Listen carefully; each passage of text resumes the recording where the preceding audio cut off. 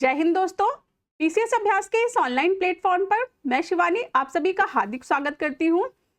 जैसा कि आप सभी जानते हैं, कल मैंने साइंस क्रैश कोर्स की शुरुआत की है, जो कि पीसीएस प्रीलिम्स 2024 और आरओ प्रीलिम्स के लिए बहुत ही उपयोगी सीरीज है। इस क्रैश कोर्स में साइंस के सिलेबस का रिवीजन तो होगा ही होगा, इसके साथ ही घटनाचक्र पूर्वावलोकन के प्रीवियस ईयर क्वेश्चन भी इंक्लूड किए जाएंगे। तो कल आपने इसका लेक्चर 1 देखा था, आज उसी सीरीज का लेक्चर 2 में लेकर आई हूं।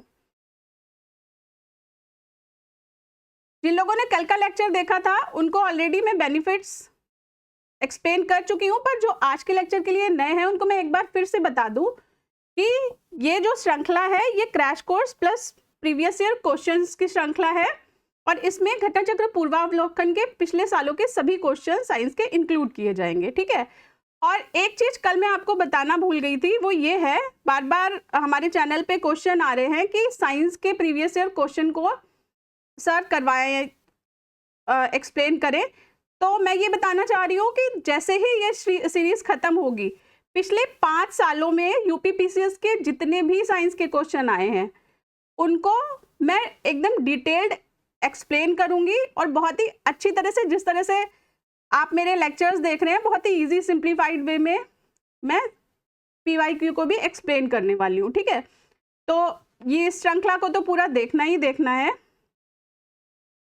अब लेक्चर, आज का लेक्चर शुरू करने से पहले सबसे इंपॉर्टेंट बात कि आपने जो मैंने कल की क्लास ली थी उसका रिवीजन किया है क्या अभी तक? देखिए, आप हर बार सुनते होंगे, सबके मुंह से सुनते होंगे कि रिवीजन करो, रिवीजन करना चाहिए। आज मैं आपको बताऊंगी कि रिवीजन क्यों करना चाहिए, ठीक है, और ना करने के क्या क्या ड्रॉबैक होते हैं। ये देखिए, ये एक फॉरगेटिंग कर्व का चार्ट है, मतलब हमारी भूलने की क्षमता का चार्ट है। इस चार्ट में आप देखेंगे ये जो वाई एक्सिस है, यहाँ पर रिटेंशन है। रिटेंशन का मतलब हमें कितना याद रह रहा है, और डेज का मतलब है कि दिनों तक। तो जैसे कि आज आपने कोई लेक्चर पढ़ा, ठीक है, ये फर्स्ट सेशन हुआ हमारा, कल फर्स्ट सेशन हुआ था L1 का, लेक्चर 1 का। तो फर्स्ट सेक्शन के बाद आज जो है वो 60%, एक दिन के बाद क्या होती है, कल के पढ़े हुए चीज 60% ही हमें याद रहती है। पर अगर हम क्विक रिवीजन कर लें, ठीक है, तो फिर से वो चीज हमें 100% याद हो जाएगी। जितना कल पढ़ा था उतना ही आज। पर अब जो हम भूलेंगे वो 2 दिन में भूलेंगे, जितना कि कल से आज तक का भूला है। क्लियर हो रहा है? और जैसे ही आप रिवीजन करेंगे फिर उस भूलने की ड्यूरेशन और बढ़ जाएगी, फिर रिवीजन करेंगे तो फिर वो 90% तक हमें याद रहने की प्रोबेबिलिटी है। इसका मतलब है अगर हम कोई चीज, नई चीज पढ़ते हैं और एक हफ्ते के अंदर अगर हम उसका 3 बार रिवीजन लगा लेते हैं ना, तो 90% चीजें फिर लॉन्ग लास्टिंग होती हैं। ये है रिवीजन की इम्पॉर्टेंट।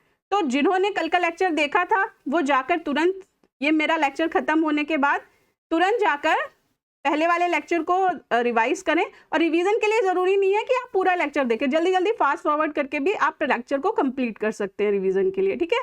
तो चलिए ज़्यादा टाइम ना वेस्ट करते हुए आगे बढ़ते हैं। तो कल की क्लास में मैंने आपको यूनिट्स चैप्टर पढ़ाया था फिजिक्स के अंतर्गत, और आज मैं फिजिक्स के अंतर्गत ही चैप्टर 2 शुरू करने वाली हूँ, जिसका नाम है मापक यंत्र एवं पैमाने। तो कल जो हमने यूनिट्स पढ़ी थी उनको मीजर कैसे करते हैं, उनको कैसे नापते हैं, वो आज के चैप्टर में हम देखेंगे कि अलग अलग चीज़ों को नापने के लिए किन किन इंस्ट्रूमेंट का, किन किन यंत्रों का उपयोग किया जाता है। तो सबसे पहले गहराई या ऊंचाई को नापने के लिए हम किन किन यंत्रों का प्रयोग करते हैं। तो इसमें से पहला है सोनार। ठीक है, सोनार। सोनार को सुनार से रिलेट मत करिएगा, सुनार से इसका कोई लेना देना नहीं है। सोनार का फुल फॉर्म होता है, SO से होता है साउंड, N से होता है नेविगेशन,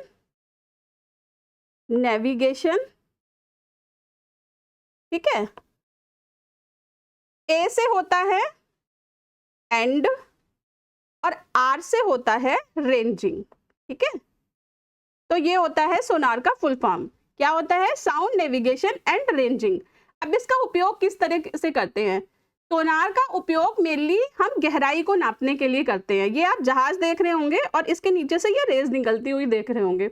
तो जो ये रेज हैं सोनार से निकलती हुई, इनको बोलते हैं अल्ट्रासोनिक वेव्स। पराश्रव्य तरंगे छोड़ता है सोनार, और इसकी सहायता से ही गहराई का मापन होता है। मतलब जैसे ऊपर से सोनार की रेज गई, नीचे से जो भी वस्तु पड़ी है उससे टकराई और फिर वापस आ गई, तो इससे जाने और आने में लिया समय डबल हो गया, उसको डिवाइडेड बाई 2 करते हैं और आधे समय का मतलब है कि इतनी गहराई तक हमारा कोई वस्तु की उपस्थिति है। ठीक है, अच्छा एक चीज बताइए, आप में से किसने किसने टाइटैनिक मूवी देखी है? तो टाइटैनिक में आपने देखा होगा कि जब वो शिप डूबता है ना, मतलब सोनार का क्या रिलेशन है इसके लिए मैं बता रही हूँ कि टाइटैनिक जो शिप डूबता है उसके डूबने का रीजन क्या होता है, ये शिप जा रहा था, ठीक है, और इसके नीचे बड़ा सा आइसबर्ग आ गया, बर्फ का पहाड़ आ गया था जिससे टकराकर वो पलट गया था। ठीक है, तो ऐसा बोला जाता है कि अगर टाइटैनिक के पास बहुत अच्छी क्वालिटी का सोनार होता, उस समय अर्ली स्टेज में थी, सोनार था उसके पास भी, पर इतना इफेक्टिव नहीं था जितना आज है, तो अगर उस समय सोनार उस टाइटैनिक के पास होता तो शायद टाइटैनिक शिप डूबता नहीं। ठीक है, तो इस तरह से याद कर सकते हैं सोनार को। नेक्स्ट है ऑल्टीमीटर। अब देखिए ऑल्टीमीटर में क्या वर्ड आ रहा है, ऑल्टीमीटर में वर्ड आ रहा है ऑल्टी, और ऑल्टी वर्ड आपने कहाँ सुना है?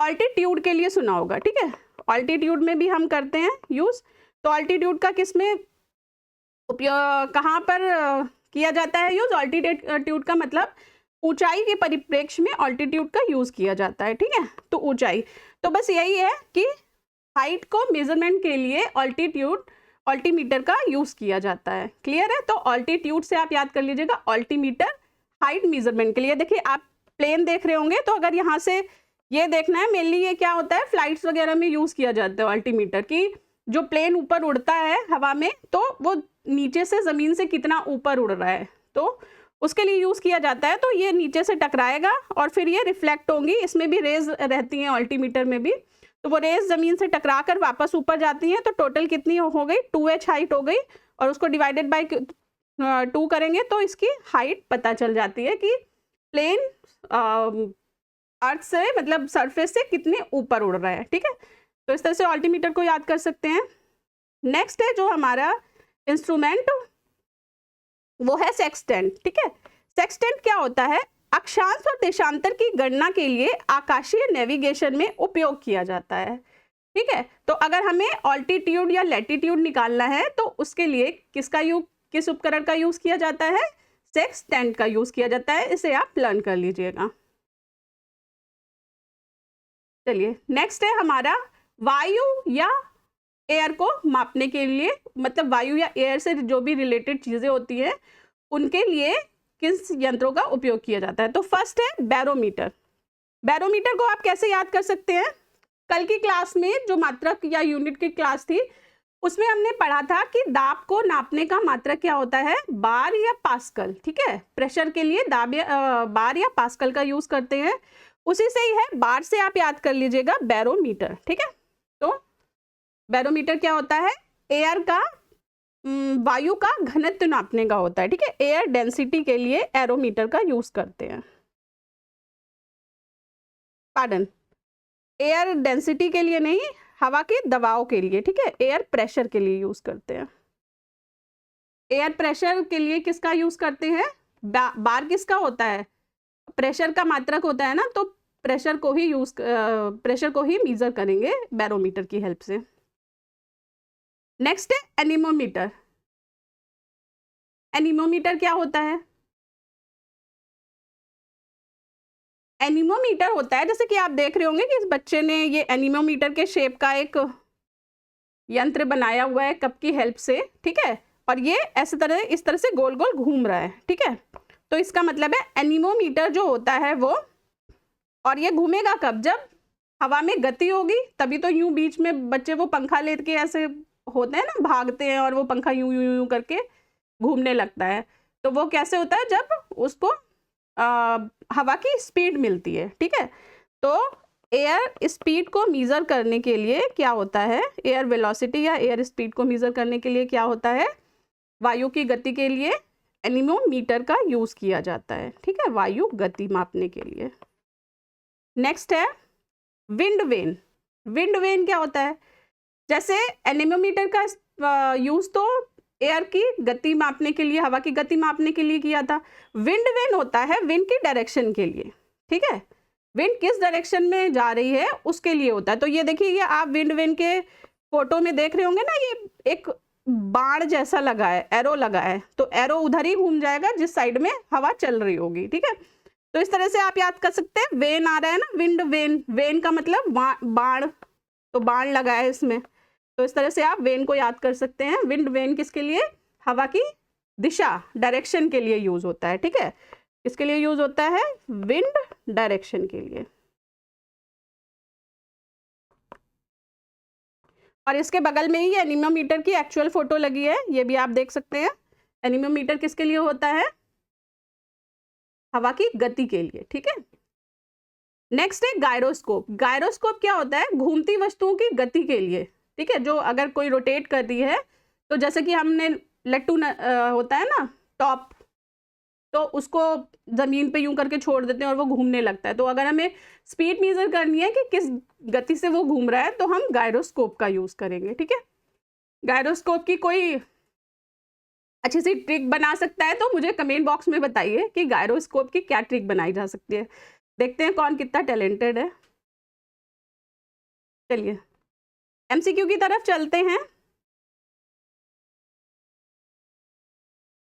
पहला एमसीक्यू है, महासागर में डूबी हुई वस्तुओं की स्थिति जानने के लिए निम्न में से किस यंत्र का प्रयोग किया जाता है, ठीक है। तो अगर ओशियन में कोई चीज डूबी हुई है तो कौन सा इंस्ट्रूमेंट उसके लिए यूज किया जाएगा। फर्स्ट है ऑडियोमीटर।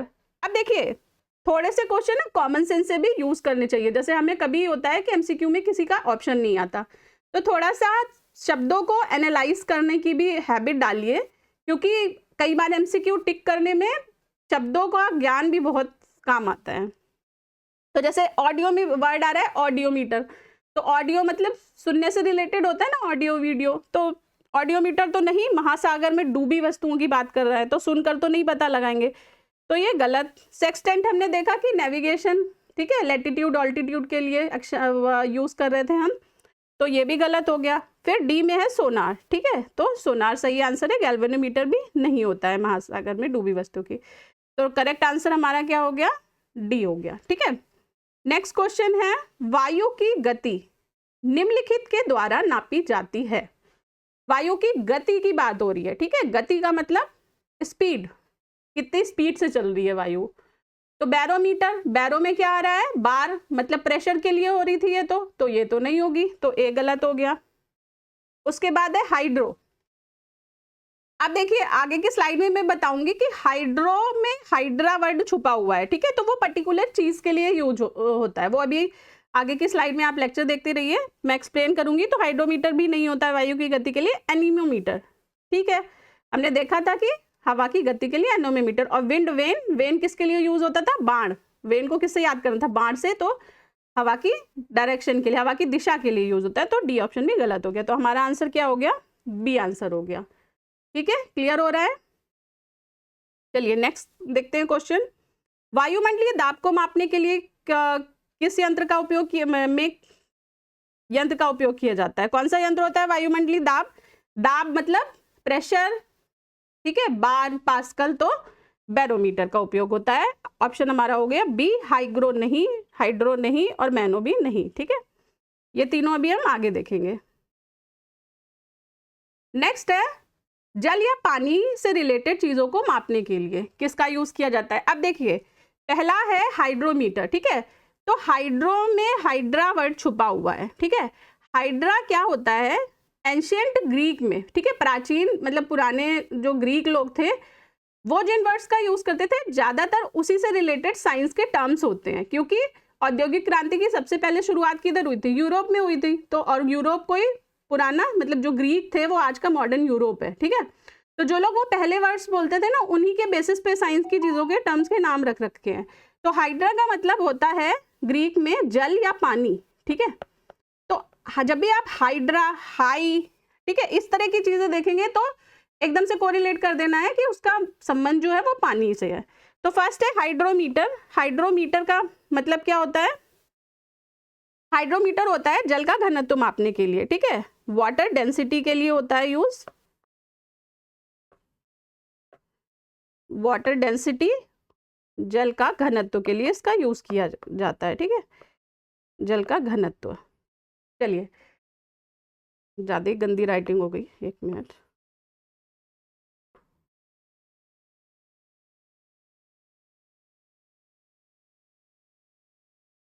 जल का घनत्व, ठीक है। इसके लिए किसका, हाइड्रो का यूज किया जाता है, हाइड्रोमीटर का। नेक्स्ट है हाइग्रोमीटर, फिर से हाई आ रहा है, हाइग्रा, ठीक है। हाइड्रो हाइग्रा एक ही तरह के हैं। तो इसका भी इसका यूज किसके लिए किया जाता है, इसका यूज किया जाता है सापेक्षिक आर्द्रता के लिए, रिलेटिव ह्यूमिडिटी के लिए। रिलेटिव ह्यूमिडिटी हम कब मेजर करते हैं, जब नमी, रिलेटिव ह्यूमिडिटी का मतलब होता है नमी के लिए, ठीक है। तो बताइए, मुझे कमेंट बॉक्स में बताइए कि बारिश कब होती है, बारिश होने के लिए कितनी रिलेटिव ह्यूमिडिटी होनी चाहिए, कमेंट बॉक्स में बताइए। तो हाइग्रोमीटर का यूज आप बताते रहिए, मैं क्लास लेती हूँ। नेक्स्ट हाइग्रोमीटर का जो यूज होता है वो सापेक्षिक आर्द्रता यूज के लिए होता है, ठीक है। सापेक्षिक आर्द्रता, रिलेटिव ह्यूमिडिटी के लिए यूज किया जाता है। क्लियर है। अब देखिए, hydro, hygro, dro, gro, confuse हो गए कि क्या था घनत्व, क्या था सापेक्षिक आर्द्रता। तो ग्रो में देखिए कौन सा वर्ड छुप रहा है, ग्रो, ठीक है। ग्रो का मतलब उठना। तो रिलेटिव ह्यूमिडिटी यूजुअली हम बारिश के लिए यूज करते हैं, तो जब पानी ऊपर उठता है तभी बारिश होती है। तो जब पानी ग्रो करेगा तभी बारिश होगी, तो उससे आप रिलेटिव ह्यूमिडिटी से कोरिलेट कर लीजिए। हाइड्रो, ड्रो क्या होता है, ड्रो को रिलेट कर लीजिए ड्रम से, ठीक है। तो ड्रम में पानी भर के रखा जाता है ना, तो जो ड्रम का कुछ होता है, वॉल्यूम होता है, कुछ घनत्व होता है, ठीक है। तो इस तरह से आप हाइड्रो और हाइग्रो को याद कर सकते हैं। नेक्स्ट है रेन गेज। रेन गेज किसके लिए यूज होता है, रेन गेज होता है कि एक पर्टिकुलर एरिया में कितनी वर्षा हो रही है। आपने सुना होगा सेंटीमीटर वर्षा, मिलीमीटर रेन, ठीक है। तो उसके लिए क्या करते हैं, जब बारिश होती है तो खुले में इस इंस्ट्रूमेंट को रख दिया जाता है और जितनी हाइट तक उसमें पानी भरता है उसके अकॉर्डिंग उस एरिया में रेन का मेजरमेंट किया जाता है, ठीक है। जैसे पता है कि वेस्टर्न घाट में कितनी रेन होती है, बताइए, कोई मुझे कमेंट बॉक्स में बताइए, वेस्टर्न घाट में कितनी रेंज होती है और उत्तर प्रदेश की एवरेज रेन कितनी है।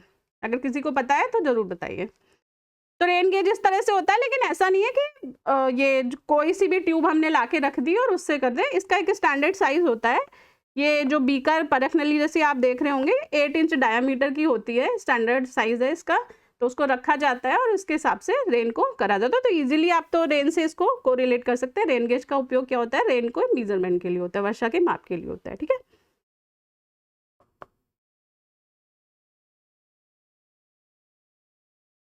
वर्षा के मापन के लिए इसका प्रयोग किया जाता है, ठीक है। नेक्स्ट है लैक्टोमीटर। अब देखिए, लैक्टो वर्ड जैसे हाइड्रा किया था हमने यूज, ठीक है। हाइड्रा पानी के लिए, लैक्टो, जब भी लैक्टो से रिलेटेड होगी ना चीजें, लैक्टो वर्ड आएगा तो वो दूध से रिलेटेड होगी, मिलकर होता है, ठीक है। जैसे कि लैक्टोबैसिलस जो होता है वो दूध को दही बना देता है, आपने पढ़ा होगा, बैक्टीरिया जो होता है। तो उसी तरह से इसके लिए भी लैक्टोमीटर किसके लिए जो होता है, दूध का दूध, पानी का पानी करने के लिए, ठीक है। तो जो दूध देने वाले लोग, मतलब दूधे जो होते हैं हमारे घरों में दूध पहुंचाते हैं, वो क्या करते हैं, उसको पानी मिला के लाते हैं। तो उसको लिए इंस्ट्रूमेंट आता है, उसको आप अगर डाल के देखेंगे तो पता लग जाएगा कि पानी की कितनी मिलावट हुई है। चलिए, नेक्स्ट है वायु की आर्द्रता मापने के लिए कौन सा यंत्र। तो वायु की आर्द्रता का मतलब ह्यूमिडिटी, ठीक है, नमी। तो ह्यूमिडिटी के लिए क्या होता था, सापेक्षिक आर्द्रता। ह्यूमिडिटी का मतलब आर्द्रता, सापेक्षिक आर्द्रता हमने पढ़ा था। तो किसका यूज कर रहे थे, हाइड्रो का या हाइग्रो का। आर्द्रता के लिए क्या था कि ग्रो करती है ना एयर में, पानी ग्रो करता है तब बारिश होती है, तो क्या होता है, हाइग्रोमीटर, ठीक है। हाइग्रोमीटर आंसर है, हाइड्रो नहीं, मैनो नहीं, ऑडो नहीं। ये बाकी के जो दोनों हैं या आगे की स्लाइड में आप देखेंगे अभी। नेक्स्ट आता है ताप या टेम्परेचर के लिए, ठीक है। अब टेम्परेचर के लिए देखिए, जैसे हाइड्रा के लिए, हाइड्रा क्या होता था, पानी, उसी तरह से पायरो, ठीक है। पायर, PYR जब भी दिखे तो उसका मतलब क्या होता है, आग होता है, ठीक है, आग के लिए। और जो पायरो वर्ड दिखेगा आपको किसी भी इंस्ट्रूमेंट के लिए, तो हमेशा वो उच्च ताप के लिए यूज किया जाता है, क्योंकि आग का क्या होता है, उच्च ताप होता है ना। तो अब ये MCQ में मैं इसको एक्सप्लेन करूंगी। तो पायरोमीटर क्या होता है, पायरोमीटर होता है जो उच्च ताप के बहुत ही हाई टेम्परेचर की चीज़ें होती हैं उनके मेजरमेंट के लिए होता है, और पायरोमीटर का यूज सिर्फ 800 डिग्री सेंटीग्रेड से ज़्यादा के ताप मेजरमेंट के लिए ही होता है। अगर इससे कम टेम्परेचर रहेगा तो पायरोमीटर वर्क नहीं करेगा। इसका रीज़न ये होता है कि 800 डिग्री सेंटीग्रेड से ज़्यादा जाते ही जो चीज़ें होती हैं वो रेडिएशन उत्पन्न करने लगती है, और उन रेडिएशन का मतलब विकिरण उत्पन्न करने लगती है, और उन विकिरण को कैप्चर करके ही ये पायरोमीटर वर्क करता है। ठीक है, तो अगर 800 से कम की चीज़ है तो ये डिटेक्ट नहीं कर पाएगा, लेकिन अगर 800 डिग्री सेंटीग्रेड से ज़्यादा का टेम्परेचर है चीज़ का तो फिर ये डिटेक्ट करके और रीडिंग देगा। ठीक है, ये हो गया पायरोमीटर। नेक्स्ट है थर्मोमीटर। इसको तो आप जानते ही हैं, घरों में हम जो बुखार फीवर मेजरमेंट के लिए करते हैं यूज़, उसको क्या बोलते हैं, थर्मो यूज़ करते हैं। लेकिन थर्मो अगर वर्ड आएगा तो टेम्परेचर कम होगा है। थर्मो का मतलब भी क्या होता है, ताप होता है। ठीक है, जब भी थर्मो से रिलेटेड चीज़ें होती हैं तो उसका मतलब है कि वो टेम्परेचर से रिलेटेड है, पर ये कम टेम्परेचर के लिए यूज़। लेकिन पायरो तो ज़्यादा टेम्परेचर के लिए, पायर वर्ड हमेशा ज़्यादा टेम्परेचर के लिए। नेक्स्ट सौर विकिरण के लिए। ठीक है, अब देखिए फिर से ये दोनों जो आप सौर विकिरण के ये दो देख रहे होंगे, पायरेनोमीटर और पायर हीलियोमीटर। ठीक है, दो मेन इंस्ट्रूमेंट होते हैं जो कि सौर विकिरण मेजरमेंट के लिए होते हैं यूज। अब दोनों में ही आप देख रहे होंगे कि पायर वर्ड आ रहा है। फिर से पायर वर्ड हाई टेम्परेचर के लिए ऑब्वियसली। तो फर्स्ट होता है पायरेनोमीटर, ठीक है, सौर विकिरण के लिए, रेडिएशन के लिए, आप याद रखिएगा। और दूसरा होता है पायर हीलियो। तो हीलियो में क्या वर्ड आ रहा है, हीलियो। और अगर किसी को पता है तो हीलियो यूजुअली किसके लिए यूज किया जाता है, सन के लिए। ठीक है, हीलियम, हीलियो, इस तरह से आप याद रख सकते हैं कि सन से रिलेटेड है ये। तो सन के रेडिएशन के लिए, सौर विकिरण के लिए इन दोनों यंत्रों का उपयोग किया जाता है। नेक्स्ट है पायरोमीटर। क्वेश्चन आ गया, पायरोमीटर किसके मापन में प्रयोग किया जाता है। तो पायरोमीटर हमने पढ़ा है वायुमंडलीय दाब के लिए नहीं। जब पायरो वर्ड आ गया तो क्या हो गया, फिर आग से रिलेटेड हो गया ना ये कोई। तो वायुमंडलीय दाब के लिए नहीं, आर्द्रता के लिए नहीं, उच्च ताप के लिए तो हाँ बिल्कुल, और घनत्व के लिए भी नहीं। तो इसका आंसर क्या हो गया, सी आंसर हो गया। ठीक है, क्लियर हो रहा है अभी तक, कमेंट बॉक्स में बताते जाइए मुझे। चलिए अब ये कुछ शॉर्ट में घटना चक्र पूर्वावलोकन में सेंटेंसेस दे रखे थे जो पायरोमीटर से रिलेटेड थे, एक बार उनको भी देख लेते हैं।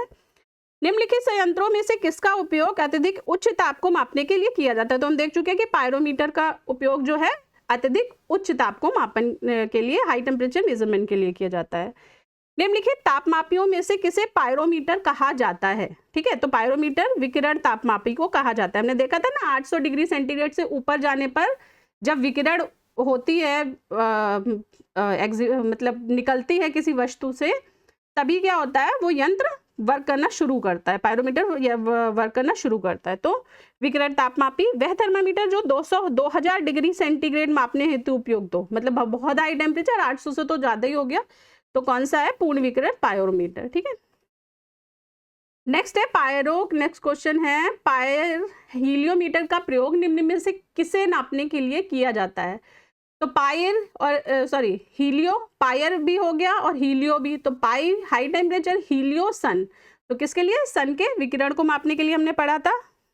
तो सोलर रेडिएशन को मापने के लिए किया जाता है। आंसर इसका हो गया बी। ठीक है, स्पॉट को नहीं, हवा ताप को नहीं, पौधों को नहीं। चलिए नेक्स्ट है ये नेक्स्ट है ताप के निम्नलिखित में से किस पैमाने में ऋणात्मक मान नहीं होता है। ठीक है, तो किसका मान ऋणात्मक नहीं होता है। तो लास्ट क्लास में हमने देखा था जो एसआई यूनिट का चार्ट था कि टेम्परेचर की एसआई यूनिट क्या होती है, केल्विन होती है। ठीक है, तो केल्विन जो है वो बेस यूनिट होती है टेम्परेचर मेजरमेंट के लिए। तो साइंटिस्ट ने इसको क्या रखा है, जो भी यूनिट शुरू होगी वो 0 केल्विन से शुरू होगी। ठीक है, 0 केल्विन को क्या बोलते हैं, 0 केल्विन को बोलते हैं परम शून्य। ठीक है, इसका मतलब है सबसे कम संभव तापमान परम शून्य होता है इस वर्ड में। मतलब जितनी भी चीजें मेजर करने, टेम्परेचर मेजर करने लायक हैं, सबसे कम संभव तापमान कितना होता है, वो होता है 0 केल्विन। ठीक है, और अगर हम उसे, तो परम शून्य के तापमान पर कोई गति नहीं होती और कोई ऊष्मा नहीं होती। ठीक है, उसमें मोशन भी नहीं होगा, कोई हीट भी नहीं होगी, और इससे कम टेम्परेचर पॉसिबल ही नहीं है। और इसे दूसरे किस नाम से जानते हैं, एब्सोल्यूट जीरो के नाम से भी जानते हैं। ठीक है, तो लीस्ट पॉसिबल टेम्परेचर कितना होता है, 0 केल्विन होता है, ठीक है। अगर आप फ़ारेनहाइट में मेज़र करेंगे तो वो नेगेटिव में चला जाएगा, ठीक है। तो इसमें क्वेश्चन है, और केल्विन जो होता है वो कभी भी नेगेटिव में नहीं होता, मिनिमम केल्विन की वैल्यू 0 रहती है, ये बात आप याद रखिएगा कि केल्विन कभी भी नेगेटिव में नहीं होता, मिनिमम वैल्यू केल्विन की 0 ही रहेगी। तो क्वेश्चन है, ताप के निम्नलिखित में से किस पैमाने में ऋणात्मक मान नहीं होता, तो किस में नहीं होता, केल्विन में, ठीक है। अभी हमने देखा सेल्सियस भी माइनस होता है, -4 डिग्री आपने सुना होगा, बर्फ के से रिलेटेड होता है। फ़ारेनहाइट भी माइनस में होता है, और एक र्यूमर स्केल होता है वो भी माइनस में चला जाता है, पर केल्विन हमेशा 0 या 0 से ऊपर ही रहेगा। तो आंसर इसका हो गया सी। नेक्स्ट है, नेक्स्ट कुछ और इंस्ट्रूमेंट्स है, इसमें से फर्स्ट है ओडोमीटर। अब देखिए ओडो से क्या याद आता है, ओडो से याद आती है ऑडी कार, ठीक है, ऑडी कार होती है ना, तो इससे याद कर लीजिएगा आप। इसका यूज कहाँ पर किया जाता है, इसका यूज होता है for measuring the distance travel by a wheeled vehicle, पहिएदार वाहन द्वारा तय की गई दूरी नापने के लिए इस यंत्र का उपयोग किया जाता है। तो आप ये फोटो देख रहे होंगे, कार में आपने स्टीयरिंग व्हील के बगल में जो बीच में लगा रहता है तो ओडोमीटर लगा रहता है, ठीक है। नेक्स्ट है ऑडियोमीटर। अब ऑडियोमीटर तो पता ही है कि ऑडियो वर्ड आ रहा है, ऑडियो वीडियो किसको नहीं पता, सबके हाथ में मोबाइल है आजकल, तो इवन 1 साल से कम के बच्चे को भी पता है, ठीक है। तो ये क्या है, ऑडियोमीटर किससे रिलेटेड हो जाएगा, सुनने की क्षमता मापने के लिए, ठीक है। तो इसका उपयोग कहाँ पर करते हैं, जिनको हियरिंग प्रॉब्लम रहती है, जिनको सुनने की दिक्कत रहती है ना, लोग ऊंचा सुनते हैं, तो जब वो टेस्टिंग के लिए जाते हैं अपने कान की मशीन बनवाने के लिए, तो उनको बिठा दिया जाता है, इस तरह का ये वाला इंस्ट्रूमेंट जो होता है उनके कानों में लगा दिया जाता है, और फिर मीज़र किया जाता है, मतलब अलग अलग फ्रीक्वेंसी की आवाज़ें सुनाकर मीजरमेंट किया जाता है।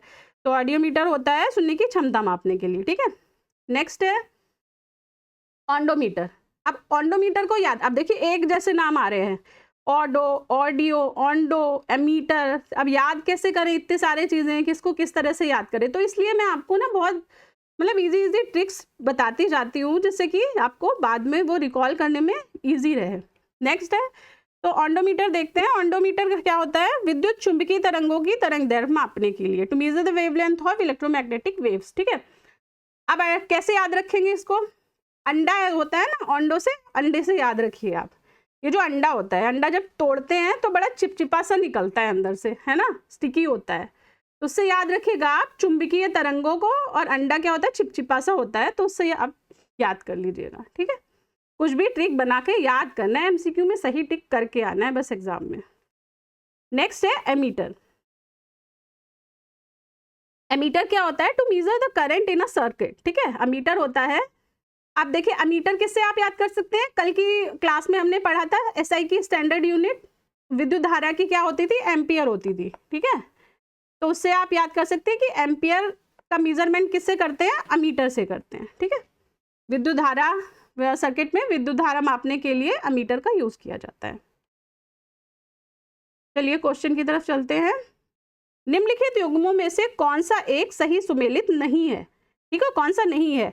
तो ओडोमीटर हमने देखा था, ओडो क्या था, ऑडी कार, ठीक है, ऑडी कार मतलब पहियों की, जो वाहनों के पहियों द्वारा तय की गई दूरी मापने का यंत्र, ठीक है, तो सही है ये वाला। नेक्स्ट है ऑन्डो। ऑन्डो से किसको याद किया था, अंडा, चिपचिपा होता है ना चुंबकीय तरंगे, तो सही है ये भी, दूसरा भी सही है, ए सही है, बी सही है। ऑडियो, ध्वनि तीव्रता, तो ठीक है, ऑडियो का संबंध किससे होता है, ध्वनि से होता है, तो ऑडियोमीटर हो गया। फिर एमीटर। एमीटर क्या था, एम्पियर को मेजर करने के लिए एमीटर का यूज करते हैं, विद्युत धारा मापन के लिए। तो अब ये देखिए इसमें दिया है विद्युत शक्ति, ठीक है, लेकिन होता क्या है, विद्युत धारा, तो ये क्या हो गया, गलत। तो और इसमें से क्या पूछ रहा है, क्वेश्चन पूछा था सही सुमेलित नहीं है, ठीक है, नहीं को कभी स्किप नहीं करना, तो आंसर है डी। क्लियर। नेक्स्ट क्वेश्चन है, सूची 1 को सूची 2 के साथ सुमेलित करें तथा सही उत्तर नीचे है कूट से चयन कीजिए। चलिए ए में है एमीटर। एमीटर किसका होता था, ए से एम्पियर, ए से एमीटर, ठीक है, विद्युत धारा। तो ए का हो गया 3, तो ए का 3 करते ही कौन सा हो गया, बी में ए का 3 है, ठीक है, तो एक ही ऑप्शन से हो गया हमारा क्वेश्चन। चलिए फिर भी आगे देख लेते हैं। हाइग्रोमीटर। हाइग्रोमीटर किसका होता था, हाइग्रो होता था पानी ऊपर उठता है, हाई पानी ग्रो करता है, तो सापेक्षिक आर्द्रता, तो बी का 4 था। सी स्प्रिंग तुला, तुला मतलब बैलेंस होता है, तुला मतलब तराजू, तो तराजू का हम सभी को पता है कि भार का मापन के लिए यूज होती है, ठीक है, वेट मेजरमेंट के लिए। बैरोमीटर, बैरो किससे रिलेटेड था, दाब से रिलेटेड था, प्रेशर से रिलेटेड, तो 1 हो गया, ठीक है, तो आंसर हमारा हो गया बी, ठीक है। नेक्स्ट इंस्ट्रूमेंट है मैनोमीटर, ठीक है, एक मिनट,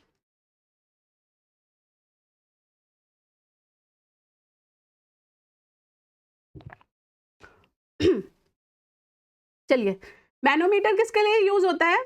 देखिए कोविड के टाइम पे आपने इस सिलेंडर का, ये जो पिक्चर लगी है, सिलेंडर का बहुत यूज देखा था, ठीक है, तो भगवान करे वो टाइम वापस ना आए, पर मैं सिर्फ एक्सप्लेन करने के लिए देख रही हूँ। तो मैन के लिए क्या ज़रूरत हो रही थी उस समय, बहुत सारे लोग पड़े थे बीमार, तो ये जो ऑक्सीजन सिलेंडर था वो सभी को रिक्वायरमेंट, जो भी बीमार पड़ रहा था उनमें से ज़्यादातर लोगों को इसकी रिक्वायरमेंट पड़ी थी, ठीक है। तो मैनोमीटर किसके लिए यूज होता है, सिलेंडर के दाब के लिए, ठीक है, to measure the pressure of cylinder, नहीं किसी भी चीज़ के प्रेशर के लिए, अगर हमें किसी लिक्विड या गैस का प्रेशर मेजरमेंट करना है तो उसके लिए मैनोमीटर की जरूरत होती है। तो ये जो इंस्ट्रूमेंट आप सिलेंडर के ऊपर लगा हुआ देख रहे हैं ना, 2 घड़ी की सुई जैसी दिखाई दे रही होंगी, इसको मैनोमीटर बोलते हैं, ठीक है।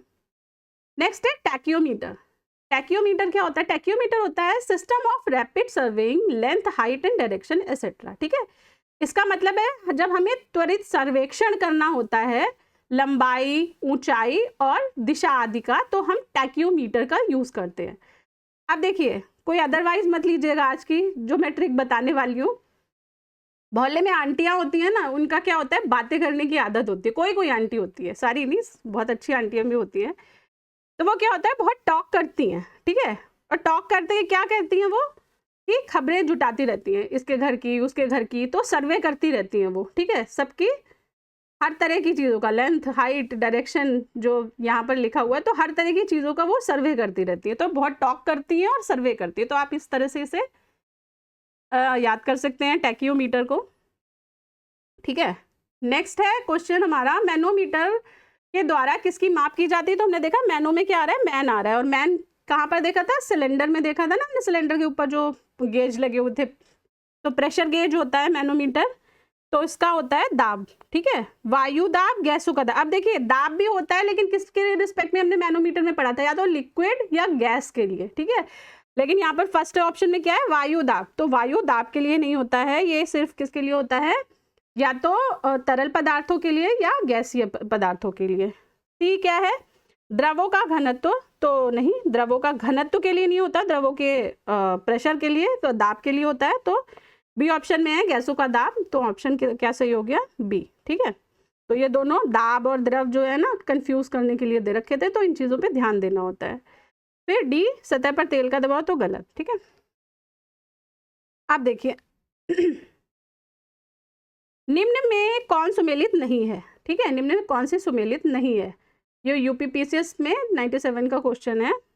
एनीमोमीटर, वायु की चाल, तो हमने देखा था पिछली स्लाइड में, एनीमो यूं करके 4 कप जैसे लगे रहते हैं उसमें, तो वो किससे, वायु की चाल के लिए, तो ठीक है। टैक्योमीटर दाबांतर के लिए, तो नहीं, टैक्यो कहाँ पर टॉक करती है, आंटी टॉक करती है ना, तो क्या करती है वो, सर्वे करती है लेंथ, हाइट और डायरेक्शन का, ठीक है। तो टैक्योमीटर दाबांतर के लिए नहीं, तो इसमें यही क्वेश्चन था कि सुमेलित नहीं है, नहीं को मतलब कभी स्किप कर, नहीं नहीं नहीं तो कट ऑफ फिर नहीं हो जाएगा। चलिए, एमीटर विद्युत धारा के लिए ठीक है, और पायरोमीटर उच्च ताप के लिए ये भी ठीक है, तो आंसर हमारा क्या हो गया, सी आंसर हो गया, ठीक है। नेक्स्ट है रिंगमैन स्केल। रिंगमैन स्केल क्या होता है, तो आप फोटो में देख रहे होंगे कि जब लोग सिगरेट पीते हैं ना, तो इस तरह से धुएं के छल्ले बनाने की उनकी आदत होती है, तो सिर्फ मैंने ये पिक्चर लगाई है आपको एक्सप्लेन करने के लिए, साफ नीचे साफ साफ लिखा है, धूम्रपान स्वास्थ्य के लिए हानिकारक है, smoking is dangerous to health, तो इसको पिक्चर को अदरवाइज मत लीजिएगा। तो क्या होता है, जब धुएं देख रहे होंगे, धुएं की रिंग देख रहे होंगे, तो बस यही ट्रिक है कि रिंगमैन स्केल का यूज जो होता है वो स्मोक डेंसिटी के लिए होता है, धुएं का घनत्व मापन के लिए रिंगमैन स्केल का प्रयोग किया जाता है, ठीक है, धुएं का घनत्व मापते हैं इससे, क्लियर है। चलिए नेक्स्ट है हमारा लक्स मीटर। अब लक्स क्या होता है? लक्स होता है, आपने ये लक्स साबुन देखा ही होगा, ये है लक्स साबुन। तो आप जब भी सोप का ऐड होता है तो उसमें देखते हैं ना कि नहाने के बाद जो होते हैं लोग होती हैं, वो क्या करती हैं, एकदम चमकती हुई निकलती है, मतलब एकदम शाइन करता है उनका चेहरा। तो बस यही से याद रख लीजिए कि इसका प्रयोग, जो लक्स मीटर का प्रयोग होता है, वो चमक के मापन के लिए होता है, ठीक है। Device for measuring brightness.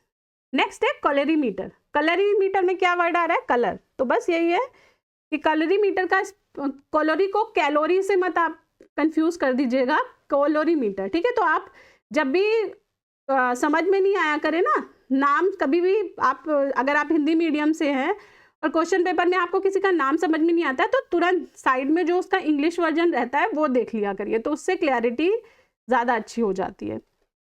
तो कलरीमीटर में कलर छिपा हुआ है, तो यही है light sensitive device which measure the density of colour, ठीक है। ये क्या होता है? रंगों का घनत्व मापने के लिए यूज की जाती है।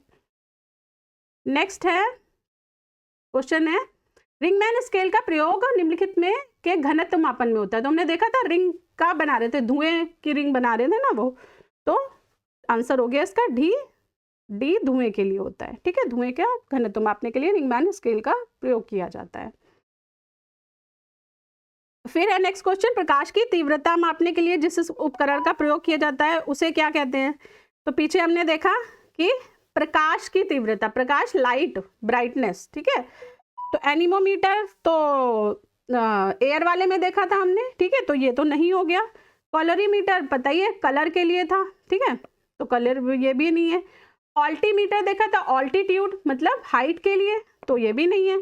और लक्स मीटर क्या था? चमक के लिए, लक्स से नहाकर क्या हो जाता है? चमक जाते हैं, तो लक्स मीटर इसका आंसर हो गया, ठीक है। तो आंसर हो गया इसका सी। नेक्स्ट है स्प्रिंग वेइंग मशीन। स्प्रिंग, तुला, तुला मतलब तराजू, ठीक है, तुला को तराजू बोलते हैं। तो तराजू तो पता ही है,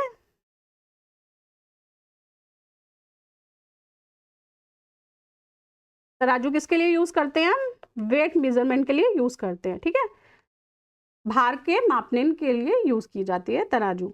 अब देखिए ये जो होती है ना स्प्रिंग तुला, इसमें ज्यादा वेट नहीं मेजर कर सकते। मेरे घर में थी एक पहले, तो शायद 5 किलो या 10 किलो तक ही इसका होता है, छोटी सी होती है, ऐसे आप हाथ में पकड़ के इस पे ये जो नीचे छल्ला बना हुआ है यहाँ पर लटका दीजिए और ये वेट दिखा देती है, जो स्केल बना है बीच में।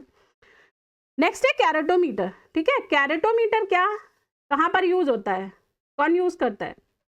वो ऐड याद है, घर में पड़ा हो सोना फिर काहे का रोना, वही लोग यूज करते हैं कैरेटोमीटर का ज्यादातर। किसके लिए यूज होता है? होता है प्योरिटी ऑफ गोल्ड के लिए, सोने की शुद्धता का मापन। तो वो जब आप घर में पड़े हुए सोने को उनके पास लेकर जाते हैं ना, तो वो लोग क्या करते हैं, पहले आप जो भी ज्वेलरी लेकर जाएंगे उसको एक कैरेटोमीटर के ऊपर रखते हैं। उससे ये पता चलता है कि गोल्ड की शुद्धता, मतलब कितने कैरेट का गोल्ड है, ठीक है।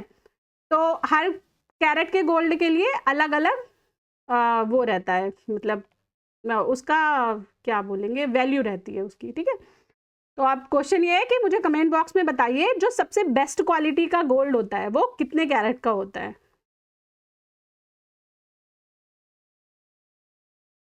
नेक्स्ट है स्वास्थ्य संबंधी, हेल्थ रिलेटेड इंस्ट्रूमेंट्स, ठीक है। कौन कौन से होते हैं? स्टेथोस्कोप पहला है, ठीक है, ये आप पिक्चर देख रहे होंगे। और मेरे ख्याल से सुपर ह्यूमन को छोड़ के ऐसा कोई दुनिया में नहीं होगा जिसके साथ इसका एक्सपीरियंस ना हो। और स्पेशली बचपन में बार बार बीमार पड़ते थे, बार बार डॉक्टर के पास जाते थे और डॉक्टर यूँ लगा देता था और हमें समझ नहीं आता था कि ये चेक कर क्या रहे हैं। तो क्या चेक कर रहे होते थे? वो चेक कर रहे होते थे हार्ट बीट हमारी, ठीक है, हृदय की धड़कन को नापने के लिए स्टेथोस्कोप का यूज किया जाता है। क्लियर है? नेक्स्ट है इंस्ट्रूमेंट है स्फेग्मोमैनोमीटर, ठीक है। स्फेग्मोमैनोमीटर का क्या यूज होता है? ये देखिए, ये जो हाथ में लगा देते हैं, ठीक है, और दूसरा भी आता है यूं करके एल शेप का होता है और पंप जैसा लगा रहता है। तो इसका होता है बीपी के लिए, बीपी मशीन होती है, ये शॉर्ट में इसको बीपी मशीन बोलते हैं। ये भी आपने डॉक्टर के मेडिकल वो जो क्या रहते हैं क्लिनिक रहते हैं उन पर देखी होगी, ठीक है। तो इस स्फेग्मोमैनोमीटर का यूज क्या होता है? ब्लड प्रेशर, रक्तचाप के लिए होता है, ठीक है। अब किसी के दिमाग में अगर इसको इसके लिए कोई बहुत अच्छी सी ट्रिक आ रही हो तो जरा मुझे कमेंट करके बताइए इसके लिए कोई अच्छी सी ट्रिक। नेक्स्ट है कार्डियोग्राम। कार्डियोग्राम, ये जो जिगजैग सी लाइन देख रहे होंगे आप, तो जब भी मूवी में देखा होगा ना, बेड पे मरीज लेटा है और बगल में ये स्क्रीन पे यूं यूं यूं यूं यूं चलती रहती है और फिर लाइन यूं सीधी हो जाती है तो काम खत्म। तो वही होती है कार्डियोग्राम। क्या होती है? हार्ट रेट, हृदय गति के लिए होती है। तो जब तक ये ऊपर नीचे जा रही है तब तक तो बढ़िया चल रहा है सब, ठीक है। तो हार्ट रेट के लिए याद रखिएगा कार्डियोग्राम। अब देखिए कार्डियो वर्ड जो होता है ना, जब भी आप कार्डियोलॉजिस्ट, कार्डियोग्राम या दवाइयों की भी जो हार्ट की जो भी दवाइयाँ आती हैं उनमें कार्डियो कार्डियो लगा रहे, तो कार्डियो का मतलब ही होता है दिल, हार्ट, ठीक है। तो इसे भी याद रखिएगा, जैसे पायरो हाइड्रो वगैरह को याद रखा था, तो कार्डियो का मतलब क्या होता है? हार्ट होता है, ठीक है। चलिए,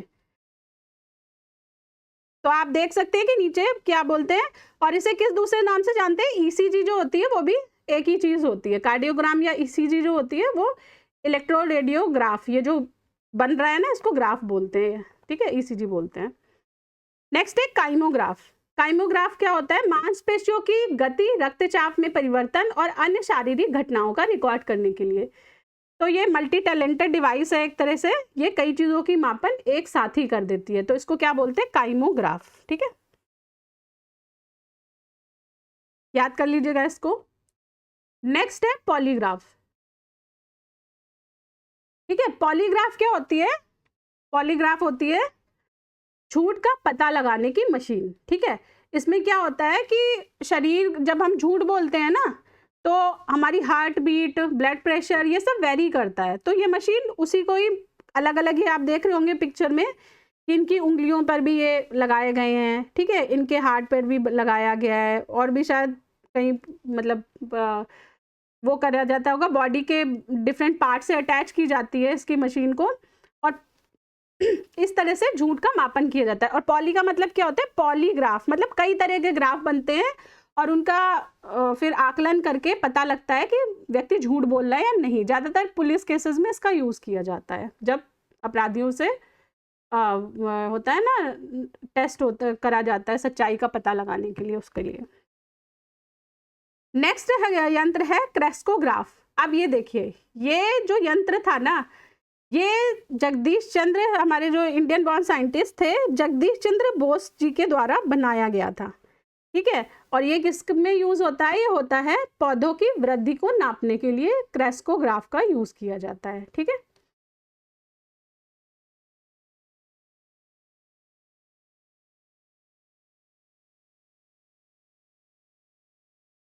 चलिए, क्वेश्चन है, सूची 1 को सूची 2 से सुमेलित कीजिए। स्टेथोस्कोप, स्टेथोस्कोप हमने देखा था ना, डॉक्टर लगाते हैं कान पे और क्या मेजर करते हैं? हार्ट बीट का मेजरमेंट करते हैं, ठीक है। तो ये हो गया हृदय की ध्वनि सुनने के लिए। तो ए का हो गया 3, ए का 3 होते ही आंसर हमारा क्या आ गया? सी आ गया, ठीक है। बी का 4, तो देख लेते हैं, आगे भी देख लेते हैं। स्फेग्नोमैनोमीटर कहाँ पे करा था? बीपी के लिए, ब्लड प्रेशर यानी रक्तचाप के लिए, ठीक है, तो बी का 4 हो गया। कैरेटोमीटर कहाँ करा था? कैरेट, गोल्ड के कैरेट होते हैं, तो ये हो गया सोने की शुद्धता, सी का 2। और लक्स मीटर, चमक गए, ठीक है, तो लक्स मीटर होता है डी का 1, ठीक है, क्लियर है। नेक्स्ट क्वेश्चन है, झूठ का पता लगाने वाला यंत्र किस नाम से जाना जाता है? तो झूठ जब बोलते हैं तो क्या करते हैं, अलग अलग जगह पर उसको अटैच कर देते हैं मशीन को, तो पॉलीग्राफ बनते हैं, ठीक है, कई ग्राफ बनते हैं, तो पॉलीग्राफ हो गया आंसर, ठीक है। गायरोस्कोप नहीं होता है, पायरोमीटर तो आग से रिलेटेड है, ये भी नहीं, और काइमोग्राफ भी नहीं। नेक्स्ट है भूकंप के लिए, ठीक है, अर्थक्वेक मेजरमेंट के लिए किस यंत्र का उपयोग किया जाता है? तो भूकंप मापन के लिए सिस्मोमीटर का यूज किया जाता है। ये जो मशीन आप देख रहे हैं इसको बोलते हैं सिस्मोमीटर, ठीक है। और ये जो बीच में आप देख रहे होंगे, ये जो लगी है डिवाइस, गोल गोल सा लग रहा है ना, ये क्या होता है, जब भूकंप आता है तो उस टाइम पे ये हिलने लगता है, ठीक है, जिगजैग जिगजैग यूं करके, और इसके नीचे लगा है पेपर का रोल, ये वाला, ठीक है। तो ये पेपर के रोल पे जब ये ऊपर वाला हिलेगा तो पेपर पे यूं यूं यूं यूं यूं यूं करके लाइंस जैसी बना देगा, जैसे हमने उसमें कार्डियो में देखी थी ना, तो उस तरह की जिगजैग सी लाइन बना देगा। तो उस लाइंस का बोलते हैं ग्राफ, सिस्मोग्राफ, ठीक है, और इस जो इंस्ट्रूमेंट होता है इसको बोलते हैं सिस्मोमीटर, ठीक। तो सिस्मोग्राफ और सिस्मोमीटर किससे रिलेटेड हो गए? भूकंप की तीव्रता के मापन के लिए। तो जो हम बोलते हैं ना कि 8 पॉइंट का अर्थक्वेक आया या 5 पॉइंट का अर्थक्वेक आया, तो वो इसी यंत्र की मदद से पता लगाते हैं साइंटिस्ट कितने अर्थक्वेक की सिवियरिटी कितनी थी। नेक्स्ट है गीगर काउंटर। गीगर काउंटर का मेन यूज किस में होता है? रेडियो एक्टिविटी मेजरमेंट के लिए होता है, ठीक है। रेडियो एक्टिविटी को मापने के लिए गीगर काउंटर का उपयोग किया जाता है। तो नीचे आप देख सकते हैं, use for detecting and measuring ionising radiation, ठीक है। आयनकारी विकिरण का पता लगाने और मापने के लिए किसका उपयोग करते हैं? गीगर काउंटर का उपयोग किया जाता है। तो चलिए क्वेश्चन देख लेते हैं। निम्न में से भूकंप मापी यंत्र कौन सा है? तो हमने देखा था भूकंप के मापन के लिए तो सिस्मोग्राफ या सिस्मोमीटर, दोनों ही में से कोई सा भी ऑप्शन हो सकता है। तो क्रेस्कोग्राफ नहीं होता, गीगर काउंटर। क्रेस्कोग्राफ किस में पढ़ा था हमने? पौधों की वृद्धि के लिए, और किसने बनाया था? जगदीश चंद्र बोस जी ने बनाया था। सिस्मोग्राफ क्या होता है? भूकंप के लिए, बिल्कुल। रेन गेज, रेन आ रहा है तो वर्षा के लिए, ठीक है। तो ये भी नहीं, आंसर हमारा हो गया बी। नेक्स्ट है भूकंप की तीव्रता का मापन किया जाता है, ठीक है। तो भूकंप की तीव्रता कैसे मापी जाती है? रिक्टर पैमाने पर। तो कल की क्लास में जो यूनिट वाली क्लास थी उसमें हमने देखा था कि भूकंप के लिए कौन से 3 स्केल का यूज करते हैं? मर्कैली, रिक्टर और एमएमएस, ठीक है। तो 3 स्केल का यूज करते हैं। तो भूकंप की तीव्रता रिक्टर पैमाने पर, डेसिबल में नहीं, केल्विन में नहीं और पास्कल में नहीं, ठीक है। जिनको यूनिट्स नहीं क्लियर है और जो ये लेक्चर पहली बार देख रहे हैं वो प्लीज कल का लेक्चर जरूर देखें। L1 के नाम से है, ठीक है, लेक्चर 1 है इस सीरीज का, वो जरूर देखें। अब नेक्स्ट क्वेश्चन है, सुमेलित कीजिए, ठीक है। तो भूकंप क्या होता है? सिस्मोग्राफ से। तो A का 2 हो गया। अब 3 ऑप्शन में आ रहा है A का 2। नेक्स्ट है ऊंचाई का। ऊंचाई क्या होती है? एल्टीट्यूड, ठीक है, एल्टीमीटर। तो अल्टीमीटर हो गया इसका B का 3। तो B का 3 तो चारों में ही आ रहा है, बहुत कंफ्यूजिंग है। नेक्स्ट है विद्युत धारा। विद्युत धारा क्या था? यूनिट क्या थी? एम्पियर, और एम्पियर से अमीटर, ठीक है। तो विद्युत धारा का अमीटर, तो C का 1 हो गया। और C का 1 होते ही हमारा आंसर क्या हो गया? A हो गया, ठीक है। और D का क्या हो गया? प्रतिरोध का। यह भी कल की क्लास में हमने पढ़ा था कि प्रतिरोध का मात्रक क्या होता है? ओम होता है। तो D का 4 हो गया, ठीक है, रेजिस्टेंस का। नेक्स्ट क्वेश्चन है मैनोमीटर। निम्नांकित में से कौन सुमेलित नहीं है? ठीक है, कौन सा सुमेलित नहीं है पूछ रहा है। तो मैनोमीटर दाब के लिए, मैनोमीटर हमने कहाँ देखा था? मैन से रिलेटेड था ना, सिलेंडर के ऊपर वो वॉचेस लगी हुई थी, प्रेशर गेज लगे हुए थे, तो दाब से रिलेटेड। तो ए सही है। कार्बोरेटर आंतरिक दहन इंजन, तो आगे की स्लाइड में हम देखेंगे, ठीक है। आंतरिक दहन इंजन के लिए कार्बोरेटर का यूज किया जाता है। फिर है कार्डियोग्राम। कार्डियोग्राम क्या होता है? हृदय की गति के लिए, वो हमने जिगजैग वाली जो लाइन देखी थी, तो हृदय की गति के लिए, ठीक है। सिस्मोमीटर पृष्ठ तल की वक्रता के लिए, तो नहीं, सिस्मोग्राफ और सिस्मोमीटर किसमें हमने पढ़े थे? भूकंप मापन के लिए। तो ये वाला आंसर हमारा गलत है और सुमेलित नहीं है पूछ रहा है, तो आंसर क्या हो गया? डी हो गया, ठीक है, आंसर है इसका डी। नेक्स्ट है रेडियो एक्टिविटी मापी जाती है। यूपीपीसी जैसी 2010 का क्वेश्चन है। और ये देखिए, ये पहले वाला क्वेश्चन कितने सारे एग्जाम में आया हुआ है, ऑलरेडी 2 बार पूछा जा चुका है। रेडियो एक्टिविटी किस में मापी जाती है? हाइड्रोमीटर। तो हाइड्रो नहीं, पानी से रिलेटेड हो गया, हाइड्रो आ गया तो ये गलत हो गया। सिस्मो भूकंप से रिलेटेड। गाइगर काउंटर से तो बिल्कुल रेडियो एक्टिविटी के लिए, विकिरण के लिए किसका मापन करते थे? गीगर काउंटर का, अमीटर नहीं, ठीक है। तो आंसर इसका क्या हो गया? बी आंसर हो गया, ठीक है। नेक्स्ट क्वेश्चन है, सूची 1 का सूची 2 से सुमेल कीजिए तथा कूट की सहायता से सही उत्तर चुनिए। चलिए, एनीमोमीटर क्या होता था? एनीमोमीटर 4 कप वाला जो रहता था, वायु की स्पीड के लिए। तो वायु वेग, A का 3 हो गया। A का 3 होते ही डी हो गया हमारा आंसर। और देख लेते हैं सिस्मोग्राफ, B का 1, भूकंप मापन। बैरोग्राफ क्या होता था? बैरो मतलब प्रेशर, दाब से रिलेटेड, तो ये हो गया वायुमंडलीय दाब, C का 2। और हाइग्रो पानी से रिलेटेड, तो आर्द्रता से रिलेटेड, ठीक है। नेक्स्ट है फोनोमीटर। अब फोनोमीटर का तो नाम देख के ही पता लग रहा होगा कि फोन, ठीक है, फोन करते हैं ना, तो क्या होता है? सुनते हैं तो मानव आवाज की शक्ति का परीक्षण करने के लिए किसका यूज करते हैं? फोनोमीटर का यूज किया जाता है। ठीक है, अब देखिए क्वेश्चन आया था पीसीएस में, पर विवादित क्वेश्चन होते हैं ना, कुछ पीसीएस में आ जाते हैं कभी कभी। उन्हीं विवादित क्वेश्चन में से था, निम्नलिखित में से किसके मापन में फोनोमीटर का उपयोग किया जाता है? तो इसमें से कोई भी ऑप्शन नहीं था। ठीक है, मानव की आवाज क्षमता सुनने के लिए किया जाता है, पर इसमें से प्रकाश के चमकीलेपन, अत्यधिक उच्च दाब, विद्युत चुंबकीय तरंग की आवृत्ति और वायुमंडलीय आर्द्रता, इन चारों में से इसका कोई भी ऑप्शन सही नहीं था। नेक्स्ट है कार्ब्यूरेटर। कार्ब्यूरेटर क्या होता है? कार्ब्यूरेटर होता है कार या बाइक्स वगैरह में जो इंजन लगा रहता है, इंजन के अंदर होता है कार्ब्यूरेटर। कार्बोरेटर में क्या होता है? जो पेट्रोल या डीजल डाला जाता है और एयर मिक्स होती है और स्पार्क जनरेट करती है। ठीक है, तो इसको क्या बोलते हैं? आंतरिक दहन इंजन। जो फ्यूल होता है उसका दहन होता है उसके अंदर। तो इंटरनल कंबसन कार्बोरेटर के अंदर होता है, इंटरनल कार्बोरेटर होता है इंटरनल कंबसन इंजन। ठीक है, नेक्स्ट है राडार। राडार क्या होता है? राडार का फुल फॉर्म होता है रेडियो डिटेक्शन एंड रेंजिंग। तो जैसे सोनार का क्या था? साउंड। ठीक है, सोनार किससे रिलेटेड था? साउंड से रिलेटेड था। और राडार किससे रिलेटेड है? रेडियो से रिलेटेड है। ठीक है, तो राडार रेडियो, आर ए से रेडियो, डी से डिटेक्शन, ए से एंड और आर से रेंजिंग हो गया। ठीक है, रेडियो डिटेक्शन एंड रेंजिंग।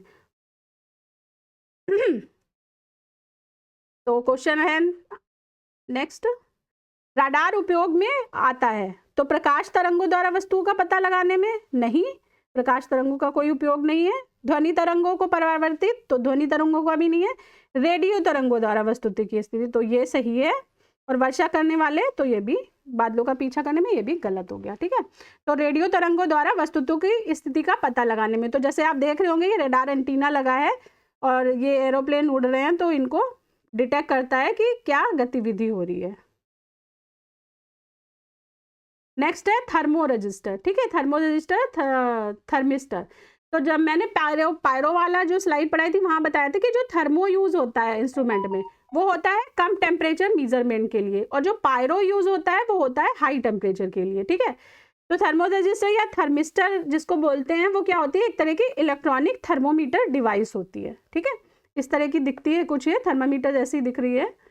फिर है संधारित्र। अब संधारित्र में नाम इंग्लिश अगर आप इसका वर्जन देखेंगे, इसका मतलब है कैपेसिटर। तो इसके नाम में ही देखिए क्या है? कैपेसिटर, मतलब कैपेसिटी, क्षमता।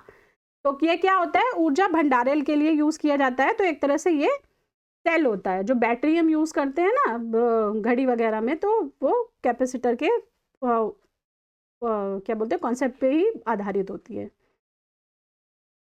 अब है बाइपोलर जंक्शन ट्रांजिस्टर। ठीक है, तो इस तरह का दिखता है ये क्या होता है? करंट नियंत्रण के लिए यूज किया जाता है। ठीक है, करंट फ्लक्चुएशन ना हो उसके लिए इसका यूज किया जाता है। इसी तरह की एक सिमिलर डिवाइस होती है जंक्शन डायोड। ठीक है, तो जैसे इसमें तो एक साइड ही पिन लगे हुए हैं, ये 3 पिन लगे हुए हैं, और इसमें क्या है? ये दोनों साइड पिन लगे हुए हैं। तो जंक्शन है ना, ये दोनों दो डायोड हैं, इधर और इधर 2 डायोड है, और इनका जंक्शन, बीच में जंक्शन बना दिया गया, तो जंक्शन डायोड बन गया। इसका भी उपयोग किसमें करते हैं? विद्युत धारा के प्रवाह को नियंत्रण के लिए किया जाता है। ठीक है, करंट कंट्रोलिंग डिवाइस है, और ये दूसरी भी control the flow of electric current. तो सेम चीज के लिए दोनों ही डिवाइसेस यूज होती हैं।